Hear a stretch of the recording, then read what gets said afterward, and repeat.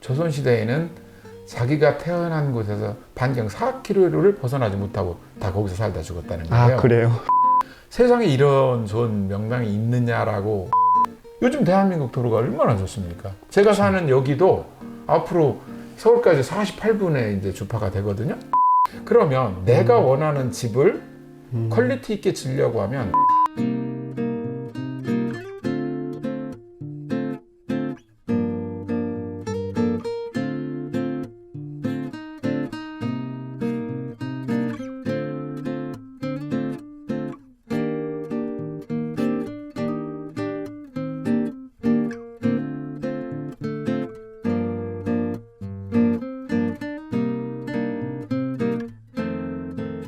가온바의 힐링 라이프 구독, 좋아요, 알림 설정 부탁드려요. 안녕하세요. 가온파의 힐링 라이프입니다. 반갑습니다. 예, 반갑습니다. 저는 예산의 예당 저수지 인근에 전원주택을 살고 있는 노화용이라고 합니다. 예산에 이렇게 좋은 곳이 있는지 처음 알았네요. 지금 오다 보니까 여기 호수가 있던데 이곳에 어떻게 집을 지으실 생각을 하셨어요? 예, 저희가 집을 지으려고 전원주택에 대한 그 향수는 계속 제가 가지고 있었고요.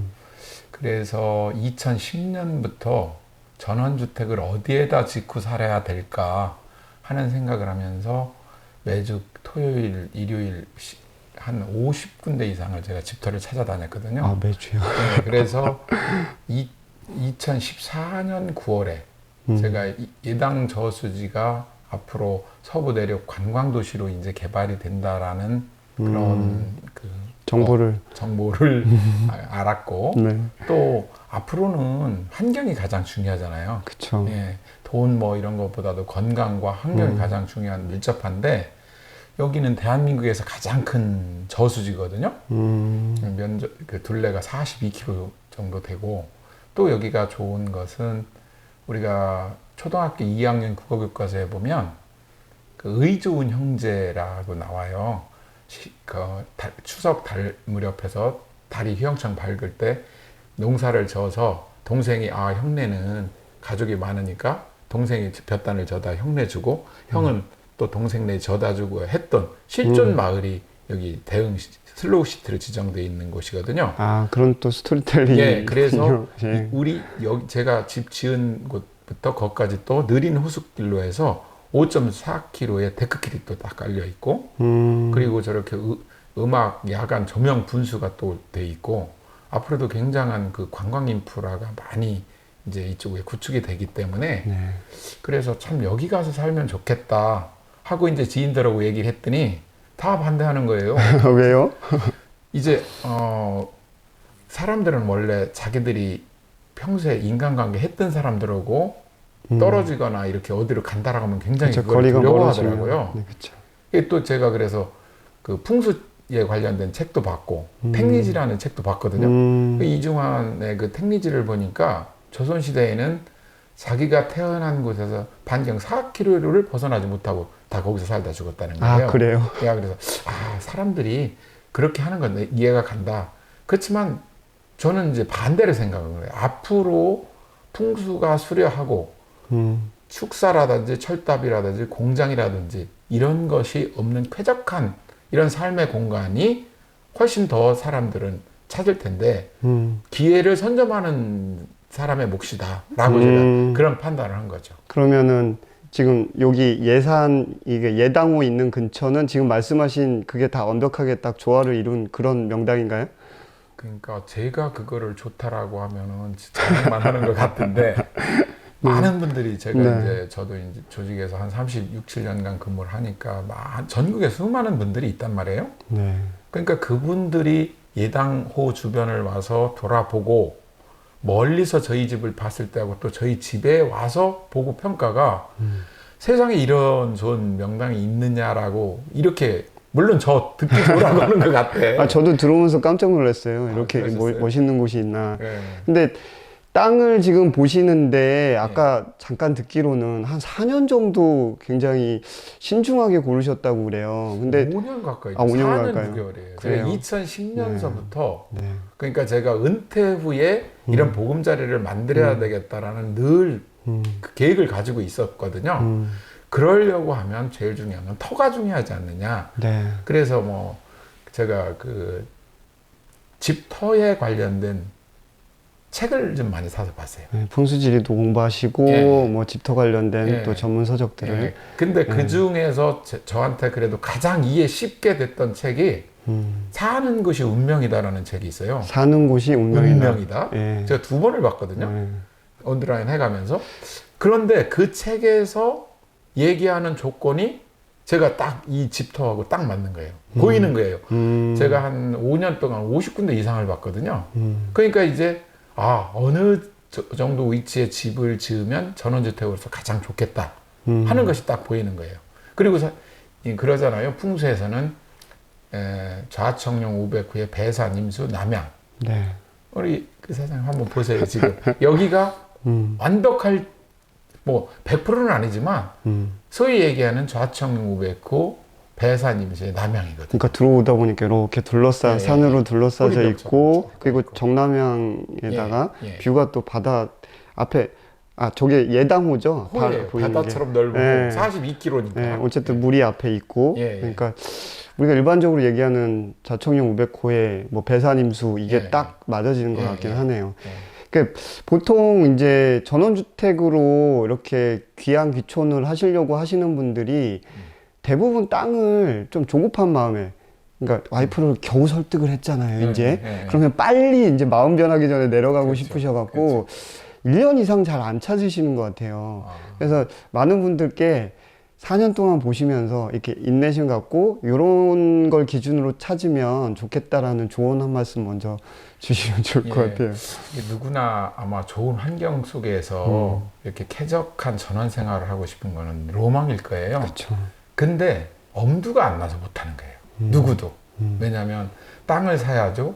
거기 개발해가지고 다시 또 토목 설계하고 건축 설계하고 건물업자 선정해서 짓고 이러려고 하면 엄두가 안 나기 때문에 그냥 천편일률적으로 딱 되어 있는 아파트 키 하나만 가지고 들어가면 그게 편리하기 때문에 그런 것이지 그렇죠. 실제 이 전원이 주는 것은 우리가 아파트에서 사는 거하고 비교가 안 되거든요. 돈으로 바꿀 수 예. 없죠. 예. 그래서 그런 만약에 전원주택에 대한 계획을 가지고 계시는 분들이라고 하시면 서두르지 마셔라. 만약에 은퇴를 앞두고 있다 그러면 20년 전서부터 토를 미리 봐두고 찾아다녀라. 그래야 자기가 가서 밟아보고 그 주변 환경도 보고 계속 가서 봐서 야 여기는 정말 내가 다른 데서 보지 못하는 그런 가치가 있으면 조금 돈을 더 주더라도 그것이 내가 살 터라고 생각하고 사는 게 맞다. 그래서 오랫동안 준비하시라고 저는 권해를 드리고 싶어요. 그럼 지금 30, 40대 구독자분들 지금 보고 계시면 예. 지금 차근차근히 나들이 삼아 그렇죠. 땅 보러 다니셔야 되는 예. 그런 제가 거예요. 그러니까 지금 올해 이제 진나이로 60 내년에 61 이제 한갑인데 제가 벌써 11년, 12년 전부터 준비를 해왔거든요. 네. 그래도 빠르지 않다는 거죠. 예. 그리고 집터는 꼭 너무 수도권 인근에만 이렇게 고집할 필요도 저는 없다고 생각을 합니다. 왜 그러냐면 요즘 대한민국 도로가 얼마나 좋습니까? 제가 사는 여기도 앞으로 서울까지 48분에 이제 주파가 되거든요. 진짜 48분? 예. 여기 대박. 도청이 15km예요. 여기 대전 당진간 고속도로 예산 수덕사이시에서 저희 집까지 7km밖에 안 되거든요. 그러니까 서울 서부권을 예. 48분 만에 주파. 그렇죠. 대박이네. 그래서 지금 인구 과밀화 돼가지고 인구의 뭐 반 이상 3분의 2 정도가 다 서울, 인천, 경기 뭐 이쪽에서 살고 계시는데 물론 거기가 여러 가지 그 문화라든지 교육이라든지 의료라든지 혜택이 좋은 거는 맞지만 반대로 환경이 좋고 정서생활 여건이 좋으면 병원 짓어질 일 없지 않습니까? 그렇죠. 그리고 세상에 앞으로 10년 후에 지금 저희가 봐왔던 그런 교육 방식으로 가나요? 싹 바뀔 겁니다. 다 저보다 더 잘하실 거예요, 독자들은.